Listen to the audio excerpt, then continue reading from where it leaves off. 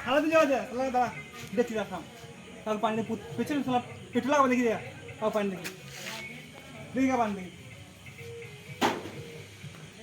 ওই খেপা আসছে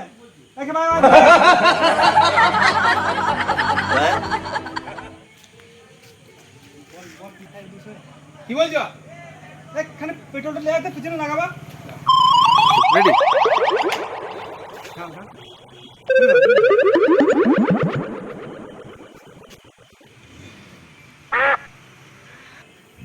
তো মাথায় দেবো মাথা পিছনে পিছনে পিছনে